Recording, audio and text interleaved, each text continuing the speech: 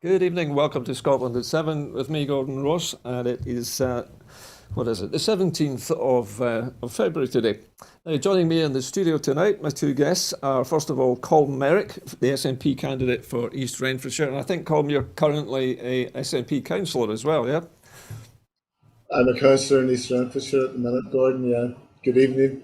Good evening, Colm. It's nice to have you with us. And also joining us this evening, Julie Coombe from the Equity Union, the Actors Union. Welcome back to the programme, Julie. Hi there. I should say that I'm just a member of Equity, Gordon. Okay. I'm an actor and a writer. Okay, fair enough. Fair enough, Julie. Okay, that set me straight. Okay, straight away we're going into the coronavirus update.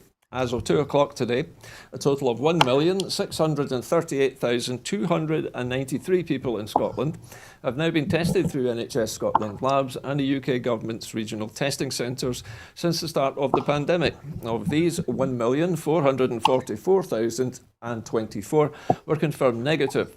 194,269 have tested positive. There are 1,121 new confirmed cases of COVID-19. This will be an underestimate of the virus, as not everyone will display the symptoms and not all those with symptoms will be tested. There were 64 new reported deaths of people who have tested positive today. The number of patients in Scotland who have died from complications caused by coronavirus COVID-19 infections now stands at 6,828. This number only includes those who have died having received a positive test for the virus in the previous 28 days. Of the people who have tested positive, 1,317 were in hospital last night, 99 of whom were in intensive care. Now, as of 8 a.m. this morning, 1,320,074 people have now received their first dose of the COVID-19 vaccination, and 20,409 had received their second dose. The latest UK daily figures published today show that 118,933 patients who tested positive for COVID-19 have sadly died from their illness, an increase of 738 since yesterday. This number refers to deaths in all settings and not just hospitals. And now to the National Records of Scotland update. And as of the 14th of February, 9,053 deaths have been registered in Scotland, where the novel coronavirus, or COVID-19, was mentioned on the death certificate, according to statistics published by the National Records of Scotland today. In the week, the 8th to the 14th of February, 323 deaths were registered, which mentioned COVID-19 on the death certificate. This is a decrease of 54 deaths from the previous week. Over 80% of the deaths this week occurred in hospital, representing 266 deaths. 42 deaths occurred in care homes and 15 at home or in non-institutional settings. In the last 3 weeks, deaths in all locations have started to fall, with the fastest decrease occurring in care homes, which has seen a 62% reduction in deaths in a 3-week period. Care home deaths have fallen to a level last seen around the end of October. For the first time since November, deaths of those aged 85 and over are now lower than deaths among the 75 to 84-year-olds. Now, if you'd like to join the conversation this evening, you can do so here, of course, on Twitter by following us at Broadcast Scot and using the hashtag Scotland at 7. Now to tonight's main headlines. And Audit Scotland says that there are lessons to be learned from the pandemic response. A new report by Audit Scotland has said that the Scottish Government reacted quickly in response to the COVID-19 pandemic, but it observed that it could have had a better advanced preparedness. The report said that staff across the NHS and Scottish Government took early action during the first wave in 2020, including increasing intensive care capacity and pausing non-urgent treatment. Service innovation, such as a huge rise in video consultations, also happened within weeks, and it's important that these are learned from. However, there is now a substantial backlog of patients, with NHS boards prioritising those in the most urgent need. Commenting on the Audit Scotland's NHS in Scotland 2020 report, the Health Secretary Jean Freeman said, "We welcome this report and we consider its findings carefully. As Audit Scotland acknowledged, the COVID-19 pandemic was caused by a new disease with unknown characteristics. And like governments around the world, we have had to respond rapidly to the emergence of an entirely new public health threat." At the beginning of the pandemic, we put in place long-standing plans to double and then quadruple capacity in our intensive care units. We reconfigured the SEC in Glasgow into a quality critical setting, the NHS Louisa Jordan, within 3 weeks. Emergency, urgent and trauma services have continued throughout the pandemic. Throughout the pandemic with as much other non-COVID care as possible, and our frontline health and care staff have worked day in and day out to care for people across Scotland throughout this unprecedented crisis. At no point has our NHS been overwhelmed, which is a testament to the swift action and extraordinary efforts of everyone involved. At all times, the Scottish Government's actions have been guided by the best and most up-to-date scientific and medical advice. Our approach to protecting our NHS and saving lives has been constantly adapted over the last 12 months, in line with this advice and the latest scientific evidence. And these lessons will inform future pandemic planning. Our focus now remains on suppressing COVID-19 to the lowest possible level in Scotland and to protect our health and care services and the people of Scotland, while the vaccine is delivered as quickly and as safely as possible. It's important to remember that vaccination is only one layer of protection against this virus. All others, including testing and the facts guidance, work to greatest effect when they work together. So it's essential that people continue to follow the guidance and adhere to the restrictions currently in place. Well, that's quite a long story, but Colm, this is good news, isn't it, coming from the National Audit Office, who actually seem to have congratulated the Scottish Government.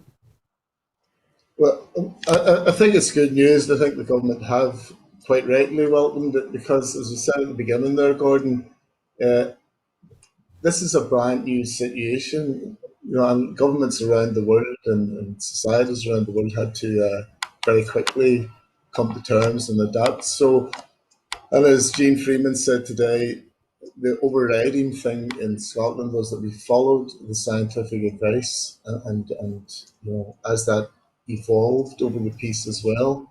But there are some good things to show the resilience that we have in Scotland, like the building of the Louisa Jordan, turning the SEC in like jig time to double and then actually quadruple the hospital capacity, which we're now using for the vaccination rollout. So it did display quite a bit of resilience in Scotland in the face of what has been an absolutely horrendous worldwide situation.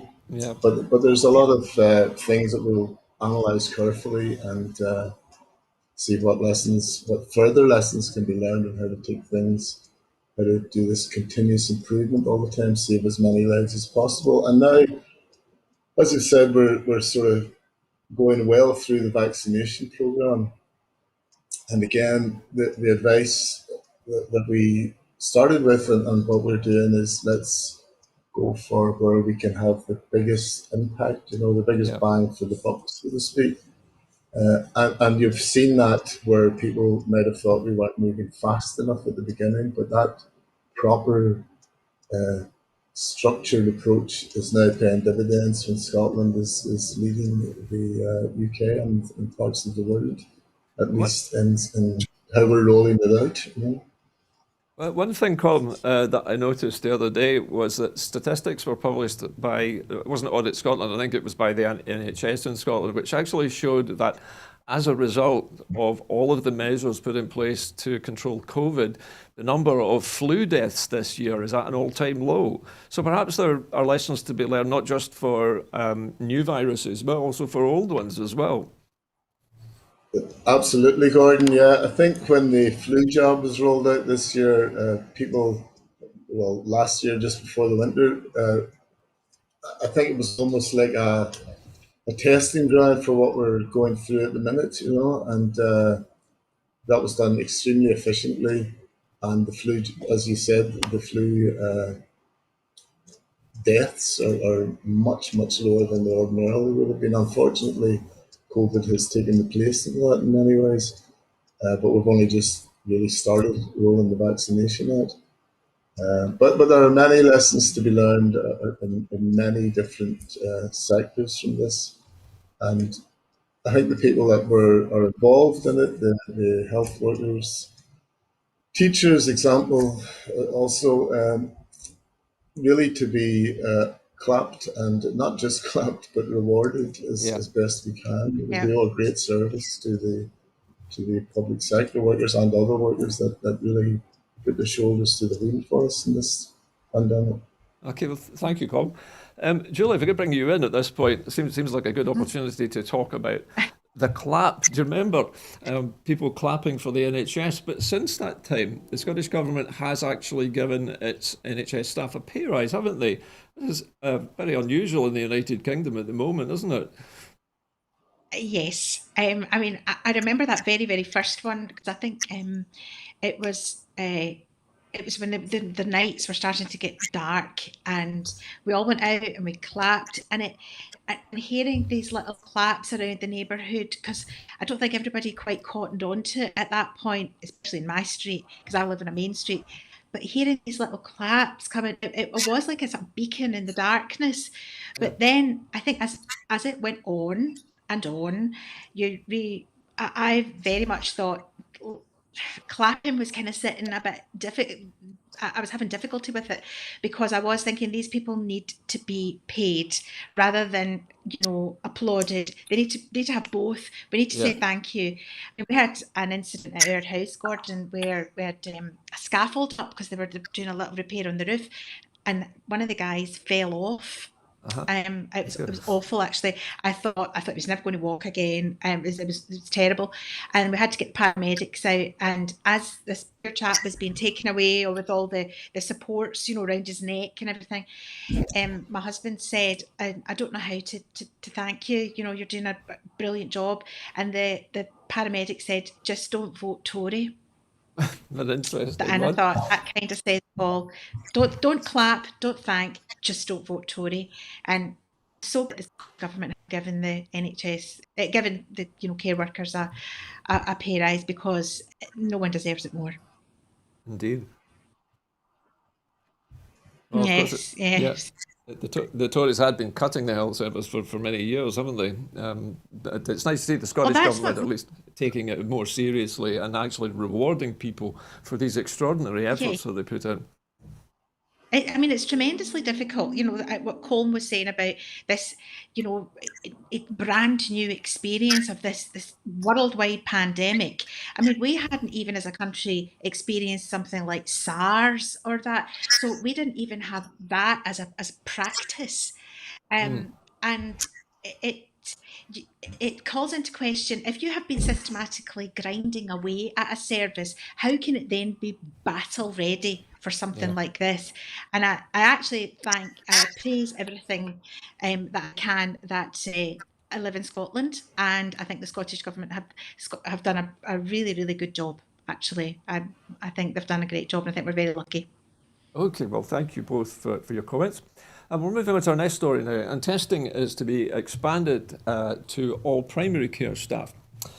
All primary care staff, independent contractors, will receive an initial supply of LFD test kits based on an estimate of patient-facing staff numbers from data such as PPE provision. The test kits will be provided directly to individual premises from Monday the 22nd of February by NHS, NSS for onwards distribution to staff.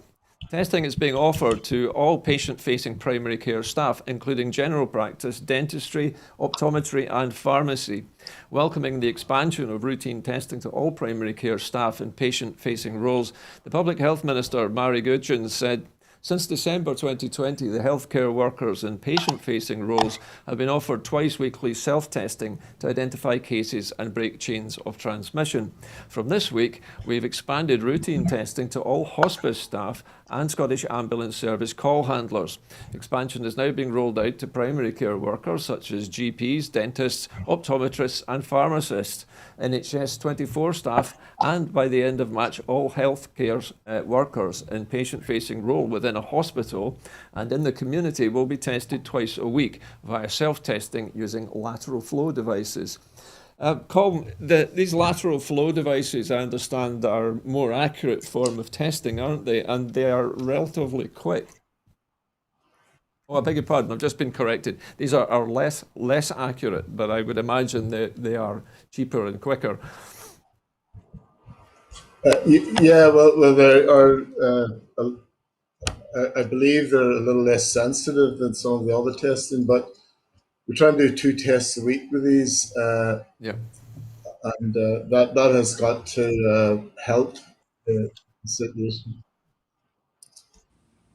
Is, So Colm, is it true that these tests will be followed up by the so-called PCR test later on if they're if there's a positive, of course positive they will. reaction? If it's positive, they will be, so that they sort of feel safe in there. Uh, but it's a great idea, and because this is how we can.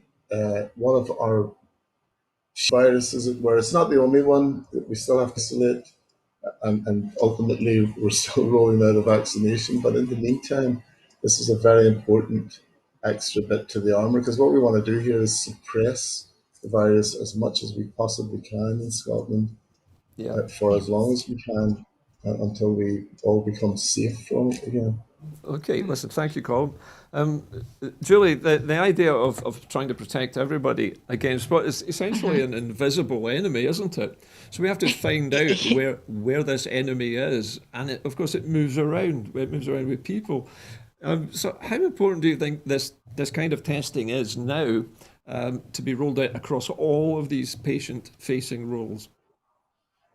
I think anything that is additional and anything that makes anybody feel safer is to be, welcomed and applauded. I mean, I think I knew that these tests were less accurate, but they do give a quicker result. But obviously, they could be followed up Yeah, by the other test. the But I PCR. think anything that enables people to feel a bit safer and break the chains of these things, because as you say, it's an invisible enemy. I mean, I knew a case where somebody's daughter was trying to basically swing a sickie from work, and her work insisted that she have a COVID test. So she then had a COVID test and tested positive, Uh-huh. and so the whole place had to be tested, and I think it had to be closed, but she was completely asymptomatic. So I think if these things are they're good at potentially spot asymptomatic, that could really help in the long run of suppressing the virus, because that really seems to be the way forward Yeah. until we all get our lovely vaccinations. Okay. Well, listen, thank you very much for that. The next story actually is linked to this, and that is that close contacts are also to be offered testing. From Thursday, the 18th of February, anyone who is identified as a close contact of someone who has tested positive for coronavirus will be asked to get tested. The measure is designed to find asymptomatic cases which would otherwise go undetected, as close contacts are at higher risk than the wider population, given their exposure to somebody with COVID-19. Previously, outbreak incident management teams, or IMTs for short, have had the ability to order testing of close contacts on a case-by-case basis, in line with local assessment of clinical risk. Now, everyone who has been identified as a close contact via the Protect Scotland app or through manual contact tracing will be provided with instructions on how to book a PCR test. This approach does not replace self-isolation in any way, and close contacts who test negative will still have to complete 10 days of self-isolation, as the virus incubation period means that the risk of developing COVID-19 is only significantly reduced 10 days after exposure. This means that anyone leaving self-isolation early could still inadvertently infect others if they become positive at a later date. Close contacts who test positive will be asked to self-isolate for a further 10 days from the time of their test result to ensure that they are no longer infectious when they leave self-isolation. Colm, if I could come to you first. Oh, I beg your pardon. I'm going to go back to you, Julie, first of all. I'm sorry. That's Julie, okay. I do apologise, Julie. You were talking about this invisible enemy and how Yeah. do we find it? And this is a prime example of exactly what you were talking about, isn't it? Of testing people Well, who've been in yeah. close I mean, contact. uh, Yeah, I kind of thought that that was already happening. I have to confess. I thought that you would. I've got the little app on my phone, and Yeah. it's never buzzed and gone off. So I feel very fortunate about that. But I thought that was already happening, and I think if that's about to happen, as I said, anything else that makes us feel safer, that is an aid in suppressing the virus, can only help us progress further, Yeah. until we get, as I say, everything sorted out with vaccines, which are going great guns, which is amazing. I mean, we are actually self-isolating at the moment because my husband's waiting on a little medical procedure on Yeah. Friday, and it's not much fun, but No, it it's not. certainly does, it does. I just don't see anybody. Yeah. But I think the close contact is brilliant. Yeah, it's great. If it's an aid in the fight against this virus, bring it on. Colm, sorry, if I can bring you in now, Colm. I myself had to self-isolate after my app, alerted me to the fact that I'd been in contact with someone. This was some months ago, and I spent 10 days in self-isolation. But at that time, they weren't offering or demanding that I have a test. So I still never knew how close I came. This surely will put people's minds at ease.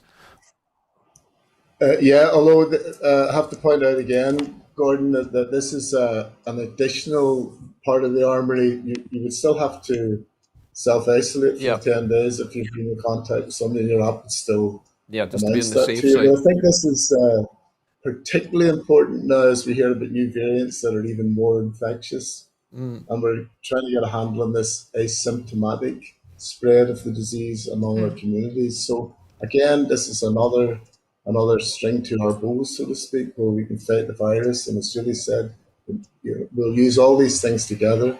We're not throwing anything away. Nothing is being yeah. replaced. We're just adding to Mm. the armory, and that's really important. Okay, well, thank you, Colm. Anyway, our next story is taking us away from the subject of COVID and into the realms of migration. And a new report from the Expert Advisory Group on Migration and Population has been published.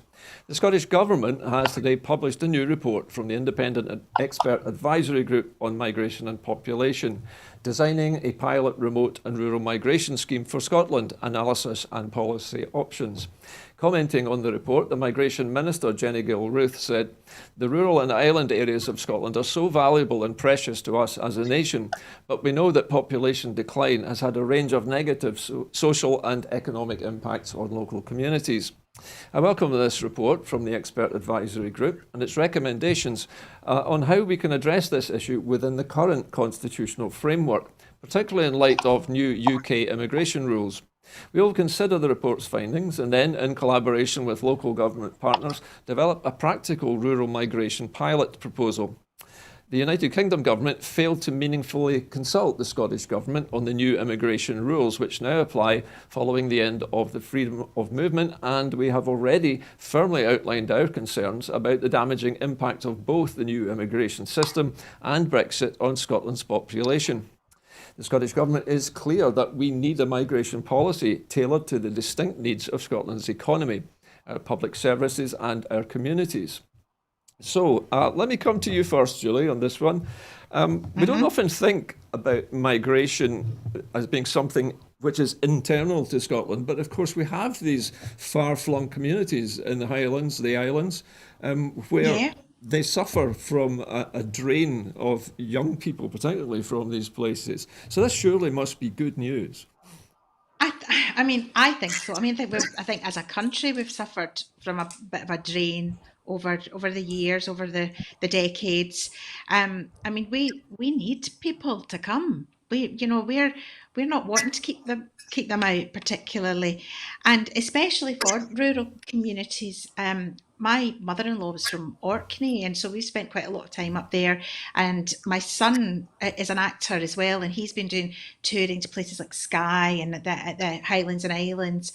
And we don't want these places to just kind of shrivel up and die, and we also don't want them to become kind of second home paradises Yeah, to people with a heck of a lot of money, which sometimes happens. And I think there was a bit of a thought that might happen, especially during the pandemic, where people, oh, we'll get away up there and we can stay, we can have this wonderful uh, uh, isolated house away from people, but actually what they need to have is thriving communities, and there needs to be regeneration, and it needs to be thoughtful, and it needs to be, I hate to use this word organic, and I think that's something that the Scottish Government will do very thoughtfully, very mindfully.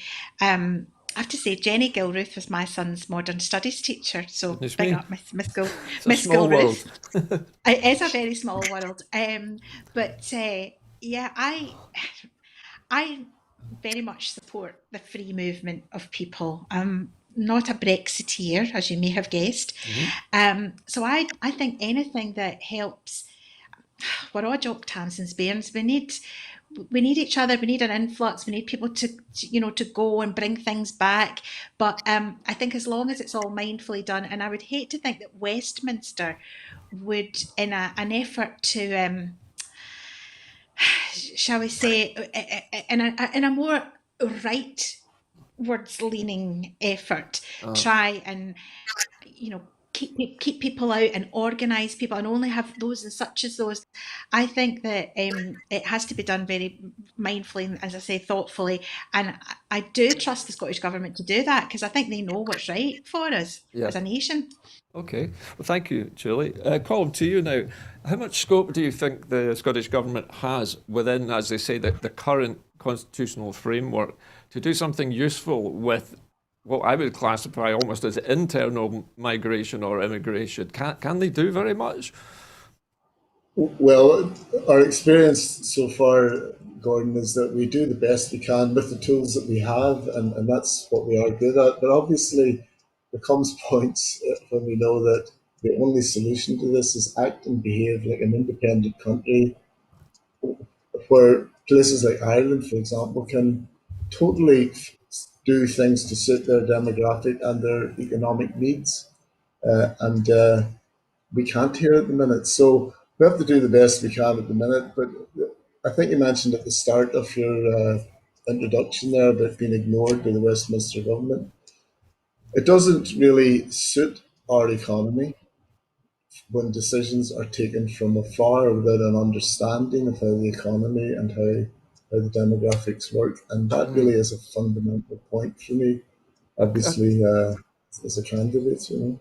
Colm, but something which just occurred to me there is that the fact that this immigration policy, if it is proposed and adopted, surely it must be looking at migration from other parts of the United Kingdom into Scotland's more rural areas, because I can't see any way that the Scottish Government could operate outside of the UK boundaries, could it? Not as we're currently constituted, although we can have, obviously we have links across many other countries, but we have been dragged off the end of that cliff by Boris and such as himself. Okay, well let's leave that there for the moment and move on to our next story. Now, there have been calls for Rishi Sunak to commit to a major fiscal stimulus package. The SNP has challenged the Chancellor to use the upcoming budget to commit to a major fiscal stimulus package of £98 billion to revive the economy as a minimum, following a new report that warns that the UK risks of falling into a stagnation trap. The IPPR report, titled Boost It Like Biden, concludes that the planned UK stimulus is less than a quarter of that envisaged by the US, adjusted by the size of the economy, and that the UK needs an ambition similar to that of the United States to get the economy back on track. Otherwise, the United Kingdom economy risks falling into a stagnation trap. He goes further and sets out that Rishi Sunak should pass a bold recovery plan worth £190 billion, or 8.6% of GDP. So far, he has committed about 2% of GDP. Commenting, the SNP's Shadow Chancellor, Alison Thewlis MP, said, "The measures set out so far by the Chancellor fall well short of the economic support needed to revive the economy and to secure a recovery from the pandemic." The IPPR's conclusions that the UK government risks falling into a stagnation trap, given its planned stimulus is less than a quarter of that set out by the US, adjusted by the size of the economy, must serve as a wake-up call. Well, let's take your comment first, Julie, on this.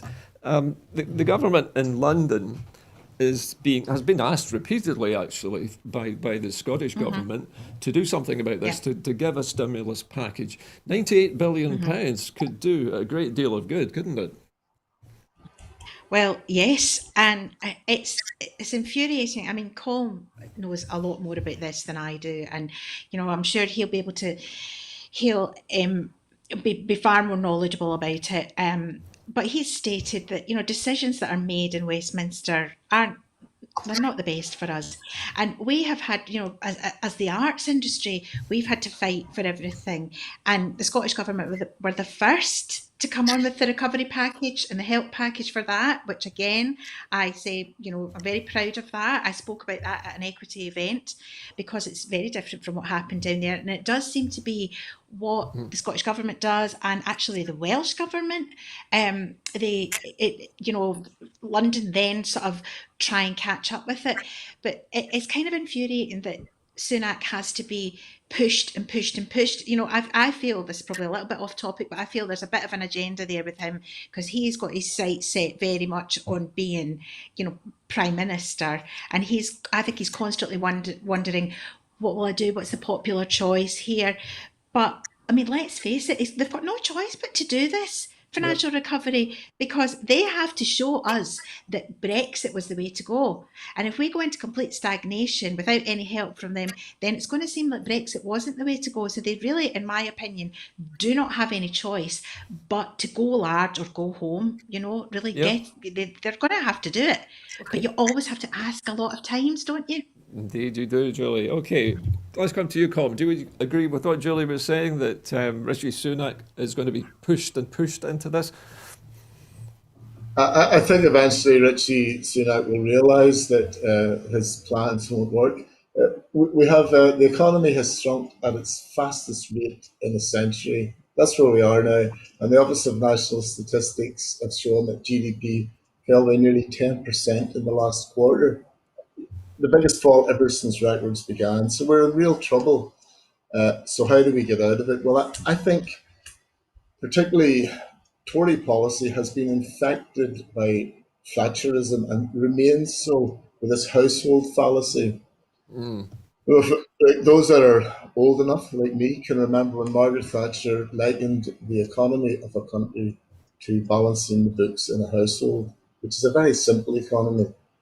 In a household, so much money comes in. If you put out more than comes in, you just want to get further into debt. It's very, very simple. The households do not have to invest in infrastructure, education, jobs, etc. The analogy doesn't work. We can build our way out of this. And economic stimulus is the only real way. We can't put more on the backs of the poor. We've already driven people into poverty, and so the UK government decided to take it from afar with that field philosophy. And Scotland isn't like that. We've seen what that did in the past, and it doesn't work. Okay, well, I don't think you can say any more about that. Let's move on now to another subject close to my heart, particularly as a driving instructor during the day. Issues have emerged in accessing close contact businesses and driving instructors fund. Now, there have been several reports across social media today from people having difficulty using the Close Contact Businesses and Driving Instructors Fund online application. As a driving instructor myself, I was interested to find out the extent of the problem. My own experience of using the application was not without glitches, but after closing the app and restarting the process, it did accept my application, and I received an email confirming receipt of my application. We contacted the Finance Secretary, Kate Forbes' office to discuss the problems people were having, and we received the following statement from the Scottish Government spokesperson. We are aware that there are a small number of technical issues that are impacting the ability of some people to successfully submit applications, and that they may have led to a number of eligible applications being declined.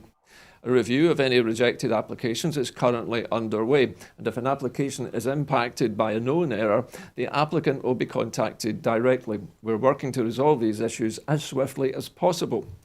Here at Broadcasting Scotland, we'll continue to report on any developments regarding this issue, which is important to so many small businesses.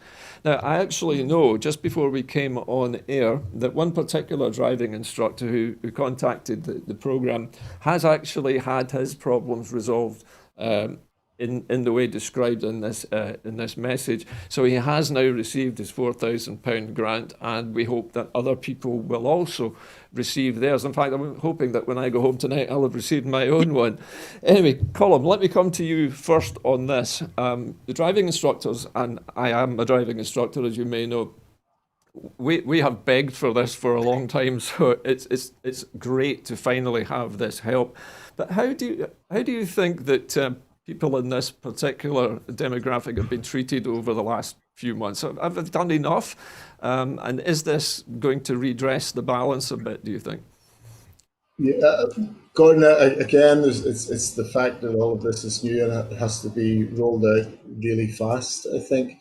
But if it has been addressed, I mean, I hope your £4,000 is there when you go home. Now, there are, of course, driving instructors have been very badly hit by the pandemic because you have to be in close contact. There's no way around that. And I've always said you can read as many books about driving a car as you like, but until you get in one and drive, you aren't going to learn how to drive. I notice also that the other people like hairdressers, not that I use them much myself, but they have been very badly hit as well Okay. by the pandemic. And it's right and proper that we address these issues as quickly as possible and get the money to people who otherwise would have been able to generate their own finances, but because of pandemic, through no fault of their own, they've been hammered. So we're hopefully doing the very best we can to address these problems. It seems so, Colm. Julie, I know that you're an actor, and your profession is probably even less stable than my own. Yeah. How do you feel about this? Is this something which actors could have used as well? Some kind of help in this sort of way? We did get the whole SEI SS grants, but not everybody was eligible. You know, there were the young people who had just become newly self-employed. They were absolute panic stricken. Unfortunately, the Scottish Government did again lead the charge and bring in the newly self-employed fund. But I think we were all, there are still lots of people that I know who have slipped through the cracks. It's inevitable that you can't, it's not a one size fits all solution.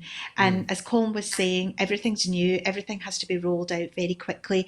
It's inevitable that people will, miss out. And I think it's difficult because you almost have to take it on an individual case to case basis. And that would mean an enormous amount of admin.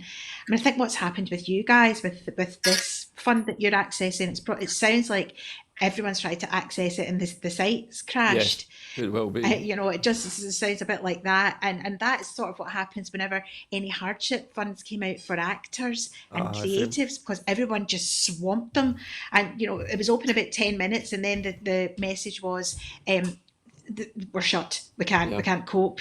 Basically they were sort of throwing themselves off the Forth Road Bridge, this poor site. But I think that I think everybody who hasn't been furloughed and everybody who hasn't, everybody who's not got a job, the 0 hours contract and all that, I think everyone has been hit so hard. And anything that will help is very welcome. But there's always going to be people that miss out. And I don't know. And I really don't know how to make that right for everybody. And I'm sure if the government could, they would try, and I'm sure they are trying. But I do hope, like Colm says, you've got your £4,000 when you get home. Well, I will keep you posted. Hopefully tomorrow I can let you know. Anyway, let's move on. And talking of money brings us to the next story. Former banker Richard Sharp has been confirmed as the new chair of the BBC. The former Goldman Sachs banker Richard Sharp has been confirmed as the new chairman of the BBC, the UK government announced today. The BBC chair, who is officially appointed by the Queen on the recommendation of the government, is responsible for upholding and protecting the independence of the broadcaster. Sharp was offered the position last month and he has been appointed for a 4-year term. Colm, this appointment is, well, let's face it, this is a businessman. This is a banker who's been appointed. Do you think this is an appropriate appointment, or would you prefer to see somebody else, maybe with more experience of television? Well, he's head of a broadcasting corporation. I would have thought experience in that would have been useful. I believe that Richard Sharp did advise Boris Johnson when he was Mayor of London, as far as I recall. And he also Yeah. worked closely with Richard Sunak. So there are questions, as always, with a lot of Tory appointments, I'm afraid, and we would need to get to the bottom of that and figure out what the process was.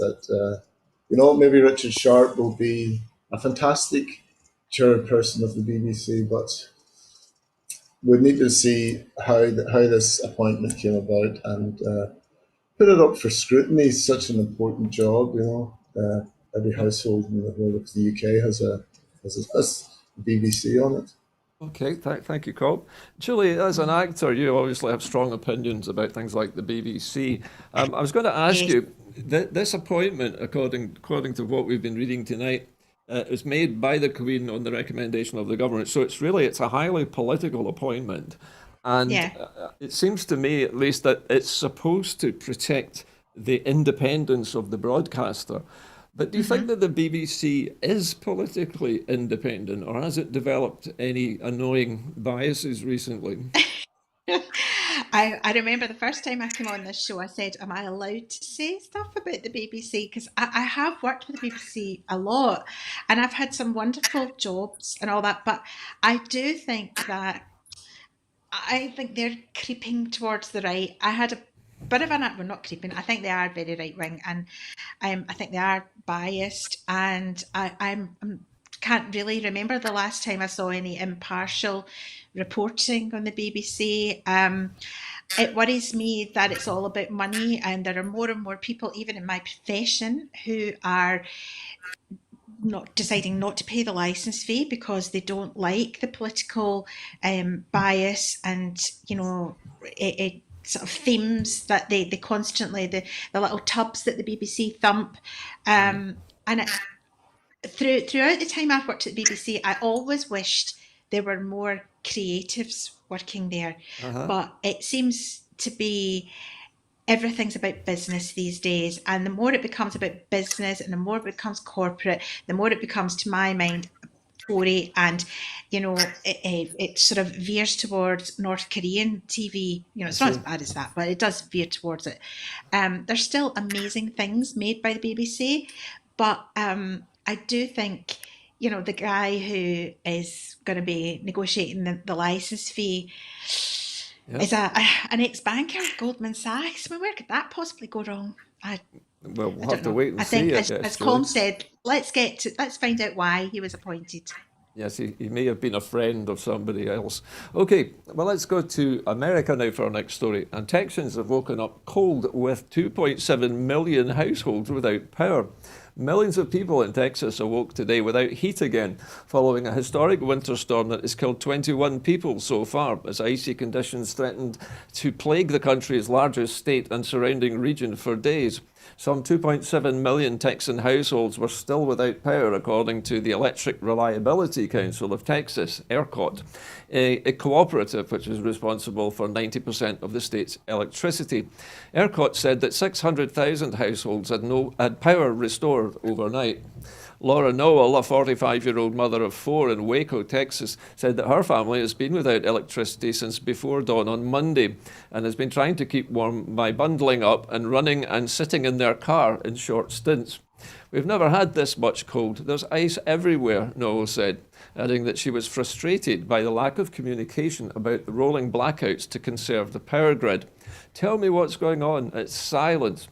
The US National Weather Service said that snowfall and ice accumulation would likely end around midday on Wednesday in North Texas, offering some reprieve, although it kept the winter storm warning in effect for the region throughout 8 p.m. But the Weather Service warned that the historically low temperatures that have crippled Texas and caused some power outages in nearby states of Louisiana and Mississippi would likely continue, and that a low responsible for the snow and freezing rain enveloping the region was moving eastwards. Colm, let's come to you first of all. Now, we've all been moaning recently about low temperatures, and of course, you know what it's like when your heating fails in the middle of a period of critical need. But for 2.7 million people in America to be left chittering in the cold is quite something, isn't it? It's staggering, and my heart bleeds for the poor people that are caught up with this. So many million. Uh, and what can that response be? Is a major catastrophe in a part of America. Um, Texas, somewhere where we associate with great heat all the time. So one minute Mm. you're guarding against too much heat, and the next minute you're guarding against conditions like this without electricity running to and from the car. Horrendous. I don't know what the answer is, but maybe this is another wake-up call for what Mm. Yeah. we all know is happening, and sometimes we forget about it. But we're in the middle of a climate emergency, and these events are happening more frequently, more often, more often, and more severely. Uh, Mm. so that is something we're going to have to really address. And COP26 is going to be Glasgow next year, or towards the end of the summer, and that'll give us all, give the planet, a world, a chance to reflect on what, what we can do about this, because we have to do something soon. And I know that the Scottish Government have got a plan to build a way out of, or build our way into recovery with green jobs and Yep. apprenticeships, etc. So that must be a lead that is taken from other countries as well, I think. Okay, well, perhaps the Americans can learn something from Scotland. What about you, Julie? I mean, we hear stories about power outages during the winter time in many countries, but this seems like an enormously large number of households, 2.7 million. That's something the equivalent of half of Scotland being blacked out. And that's I incredible, know. isn't it? I know. Well, I think it's like Colm was saying. This is this is just ridiculous. I mean, we complain about, we say we're not prepared for the snow, but Texas, you know, it doesn't get that kind of weather. I don't know if you saw the pictures of Athens in the snow I in haven't. Greece. No. It was look them up on the internet. They are it's kind of fantastic. It is totally Narnia, but I was saying, oh, it's fabulous. But then I thought, no, it's not fabulous because it's a sign of exactly what Colm was talking about. It's another wake up call. It shouldn't happen. It's never happened before, and it shouldn't be happening. And really, yes, we're in the middle of this awful, awful pandemic, but we're also, Yeah. we really need to start being much more green. And Trump was terrifying in his hurry to get out of the Paris Accord and all this and get out. I'm not doing this. So hopefully with Biden getting in Yeah. America, they'll opt back in, because we can't do this alone. No. But I Exactly. mean, The all those superpowers are people in, essential, aren't they? yes, Yeah. absolutely, all those people in Texas, you got to just, it's awful. Well, we'll wait and see what happens later on in the month. Anyway, back to Scotland now. A new funding is to be made available to tackle poverty and inequality. A package of measures worth £37.2 million has been announced to tackle poverty and inequality in this financial year. The funding, confirmed in a statement to Parliament by the Finance Secretary this week, will support the delivery of two key investments for 2020-21. A further £100 COVID hardship payment for qualifying low-income families whose children receive free meals in schools and early learning and childcare settings. An additional funding of £20 million for councils to tackle financial insecurity at a local level, making for almost £47 million available for this priority. Colm, let me come to you first of all. We hear a lot about the increase, particularly in child poverty, in recent years.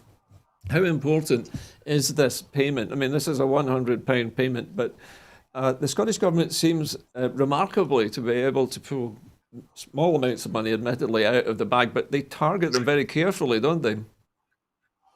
I think that's exactly what the Scottish Government do, Gordon. They do target where the problems are, and if it's one thing that we just cannot stomach anymore, it's child poverty. And we saw the uptake of people say this might not be a large amount of money. Well, it's a large amount of money if you don't have any money, It certainly is. and it does make a difference. It does make a difference. We're doing other things, a whole raft of things, but the totality of that is to drive down poverty and reduce this inequality, which is a scourge of the time. We were seem to be making some progress in that, but the pandemic obviously hits the most vulnerable and the most economically vulnerable as well. So this is exactly the right strategy and the right moves to make right now to reduce that as far as we possibly can and to continue with the focus on that. Thank you, Colm. Julie, we hear a lot about the fact that the Scottish Government is always working like with one hand tied behind its back because it doesn't have control of all of its taxes. But if it did have control, if it was an independent state, what do you think, if it were you, what would you invest in? How would you end this poverty trap, this child poverty that we seem to be suffering from? Is there a simpler solution, or is it a lot of small solutions? Honestly, that is absolutely beyond me. I mean, I think that, Colm might have a few places, a few ideas that he would say, definitely, this is what we've got to do. But I think you're absolutely right in saying that it's, small amounts of money, but it's targeted at the right place. Because make no mistake, the poor, the people with less and have been hit so hard during this pandemic. And it's a mark of a country how it deals with its people who don't have so much, How it and I looks think after its poor. yes, how it looks after them, absolutely not deals with them I know what sounds you mean. Yeah, yeah, I a bit understand. kind of brutal, doesn't it? But looks after them. You're absolutely right, and I think there are lots of things that I've seen when I've gone to TUC conferences and STU, with equity, because there's been huge amounts on child poverty, and there was a whole thing on period poverty, all this kind of thing before, and I think there are many areas that it could be targeted at. But first things first, let's get our hands on the money. I think that's really important. And then I think we get the people with the big brains and the caring brains to decide how we go forward and how we take everybody with us. Okay, let me briefly come back to you, Colm, just to bat the ball back over the net to you again. Is there a case, Colm, let's assume for a moment hypothetically that Scotland is independent right now, is there a case for the much vaunted idea of a universal basic income? It's one that's been much discussed at the minute, Gordon, and it certainly would remove that fear from a lot of folk. And once the fear isn't there, people are free to to move forward without looking from, you know, if you're poor, if you don't have any money, the only thing you can think of is, right, I've had a meal, where's the next meal? Once you can look a little bit farther ahead than that, then that frees the mind quite significantly. So, yeah, there's certainly a very strong case to be made for universal basic income. We haven't really debated the whole thing properly, I think, or in depth, uh, but there certainly is a strong case for it. Yeah. Okay. Well, to our final story tonight, basically, actually, this is down to you, Julie, because we Oh, know that there have been severe problems within the Equity Actors Union in Scotland recently. Can you update us on what's been happening just in the last few weeks since we last spoke to you? well, I shouldn't be laughing actually because it is a very serious situation. But the phrase that beggar's belief is uttered constantly, several times a day. Well, you know that the whole thing started because of restructuring plans, a centralisation of power of equity from Northern Ireland to London, which has kind of mutated a little bit because of a pressure that we put on.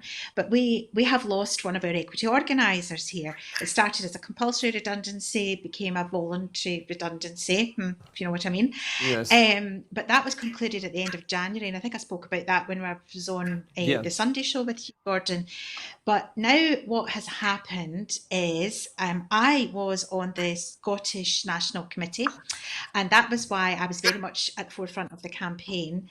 But we sent a statement in response, completely playing by the book, because we have been constantly castigated for social media presence, all this, the rough and tumble, the activism, we've been called vile activists, yes. So we played by the book, we sent in a statement, and we received a response from our General Secretary saying, basically, shut up, put up, get back in your box. This is not within your purview, which is a word I've heard an awful lot of late. It's not the Scottish Committee's business. It completely muzzled us, it completely neutered us, and so consequently 7 of us have resigned. Right. So we're all gone. The people who have remained on the committee, that's absolutely their point of view, and I respect that. Yep. But we have gone because we cannot facilitate this. I can't say it in any other word, with a small s, Stalinist type of structure of our union. So A Julie, union. Julie, I was just going to ask you, would you sort of categorise this as a sort of power grab? They've been trying to centralise Equity's power in London. Mm-hmm. Yeah. Well, it started off because the Glasgow office have traditionally run Glasgow and Northern Ireland because of the amount of members, because it amounts to about 3,000 in all, 2,500 in Scotland, 500 in Northern Ireland. Okay. And what happened in this restructuring plan was that we would lose an organiser, and the new General Secretary would run Northern Ireland from London, which we found horrifying, and our brilliant comrades in Northern Ireland found even more horrifying. But we've managed to get him away from that, but only he will aim not to do that. He's an awful man for caveats. I will aim not to do that. So at the moment, they're going to get a part-time organiser next year, and Glasgow will keep on running them till the end of this year. But that's barring any disasters. And we know that Brexit's going to be a disaster, and we know that there will be disasters. So our comrades in Northern Ireland are thinking they're going to be run. Someone described it as direct rule. And that doesn't sit well. So do you feel like the whole issue of the acting profession has been politicised, not only sort of within, but from outside? Where is this coming from? Why has Equity decided to do this? What's the problem that it's supposed to solve? Well, we have a new General Secretary who's a very politically ambitious young man. He's very bright, he's very articulate. I mean, I'm sure he has got some wonderful ideas for the union, but here's my caveats. He was a vigorous vote leave campaigner. Now he is got all these starry pals with letters in the Guardian saying, we've got to get free movement of people. He campaigned against that. I mean, this is a mess of his making. And I just, that doesn't sit well with me, that someone can, where's his principles in this? And also he has very definite ways that he wants to run things, and it's his way or the highway. And I think, there are politics involved with acting, but it shouldn't be in your own union. And we feel at the moment that the goodies have become the baddies. The people that are supposed to be looking after us are not looking after us. In fact, we've had to campaign against our own union, and it is quite heartbreaking. I'm getting a wee bit emotional, quite heartbreaking, but an amazing comrade of mine has now left the union completely because of the things the General Secretary has said about him, and the things that they've had printed in the newspaper about our campaign. They said that we sent hate mail to them. We haven't seen a letter. It's just nonsense. It's total Trumpian fake news. I was going to say, it sounds very fractious at the moment. Julie, is there a chance, do you think, that because of this this huge upheaval and this sort of power grab, is there a chance that some members of the Scottish Union will break away and form a rival Equity in Scotland? I think there's a very, very great chance that we will do that, because we no longer feel adequately represented. And I think that eventually what will happen is that the power will just be centralised in London, because we're 5% of the membership. Why would they run a whole union for us, But I think there is a very great chance of that. And it's, as I say, it is quite heartbreaking, but watch this space. Well, maybe it'll open a new door for you, Julie, I hope. So anyway, we've unfortunately run out of time for any further news tonight. So at this time of the evening, it's usually my job to let you know that we're in the middle of a crowdfunder. You're probably aware of this. And we need your help because Broadcasting Scotland has a studio and it has expenses, and we need you to help us to run this studio. At the moment, we are steadily gaining support, and we want you to continue to do that. So if you'd like to become a supporter of Broadcasting Scotland, you can go and I'll try that again. You can go to our website. The details are on your screen now. Anyway, that's about it from me tonight. Just remains for me to thank both my guests, Julie Coombe, equity member, and Colm Merrick of the SNP, who's a candidate for East Renfrewshire. I beg your pardon, Colm. Thank you both very much. Thank you both. Anyway, that is it from us here at Scotland at 7 tonight. I'll see you again tomorrow evening, but from all of us here, a very good night to you.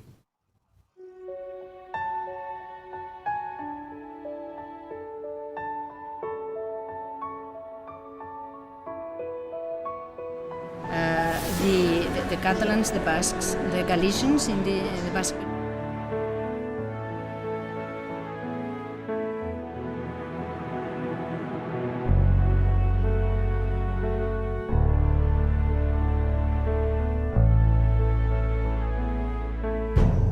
An independent future for Scotland.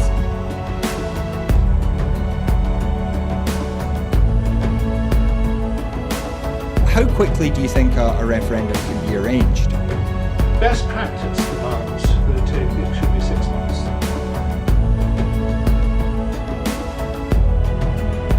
Just looking at the overall share numbers for Scotland at the moment, the SNP 46.4%.